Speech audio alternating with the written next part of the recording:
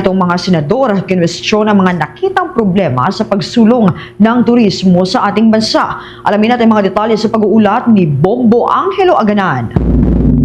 Tinalakay sa pinagsamang pagdinig ng Committee on Tourism at Committee on Social Justice, Welfare and Rural Development at Finance ang pagpapalakas ng turismo sa bansa at ang mga nakikitang problema sa pagsulong nito. Sa nasabing pagdinig, kwestiyon ni Senator Raffy Tulfo si Department of Tourism o DOT Secretary Cristina Garcia Frasco hinggil sa mga nagkalat na tourism materials at magazine covers na mayroong muka ng kalihim. Ayon kay Tulfo, ang dapat na inilalagay sa mga promotional materials ay ang mga magagandang tanawin sa Pilipinas na maghihikayat sa mga turista na pumunta ng bansa at hindi ang mukha ng kalihim ng departamento. Ipinunto din ng senador na mas aayon sa kagustuhan ng mga Pilipino kung ang ilalagay sa mga magazine covers ay ang mga lokal na mamamayan sa lugar na gustong pataasin ang turismo. Meron itong sa Japan.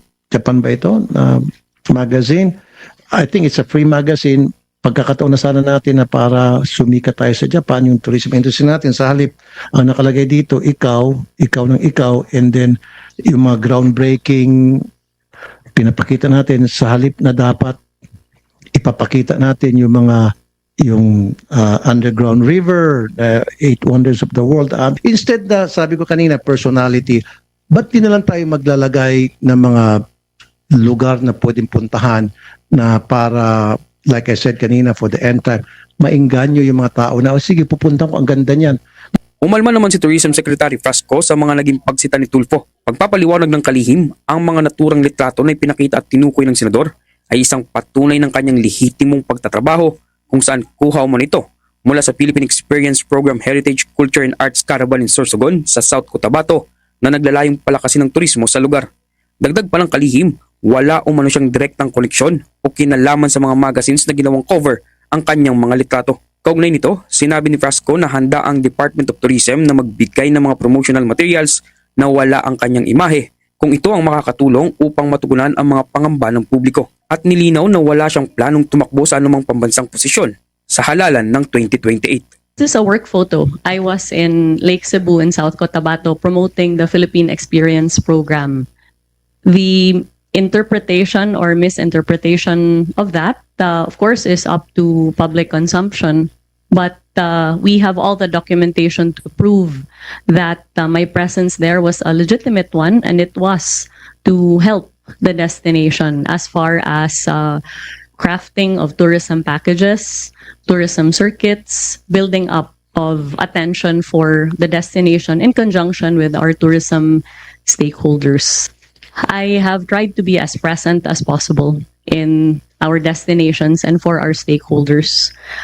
That is the extent of the duty that I have exercised, and I'm not running for any national position in 2028, and therefore there would be no reason for me to promote myself. Sa huli, ipinaliwanag ni Tulfo na hindi niya personal na inaatake ang kalihim at tanging ipinapaabot lamang ang pangamba at reklamo ng mga mamamayang Pilipino ukol sa pagkalat ng mga promotional materials ng departamento na mayroong litrato ng kalihim. Samantala, sa kaugnay na balita sa pagpapalakas ng turismo sa bansa, natalakay din ang umano'y mas mahal na plane ticket sa mga domestic flights kumpara sa international flights. Sa parehong pagdinig, kwestiyon ng Senator J.V. Ejercito ang grupo ng mga airlines sa naging basihan ng mataas na pamasahe. Pagpapaliwanag ng Air Carriers Association of the Philippines o ACAP, ang pangunahing dahilan nito ay ang mataas na gastos sa operasyon, kabilang ang limitadong runway capacity ng maraming paliparan sa bansa.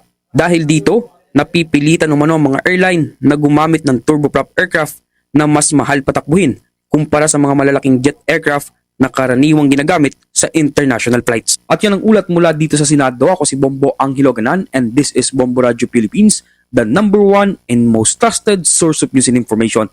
Basta Radio, Bombo! For the most trusted source of news and information, visit our website at www.bomboradio.com. Follow us on Bombo Radio mobile app, Facebook, YouTube, TikTok, and X, formerly Twitter. Like, share, and stay connected. Anytime, anywhere.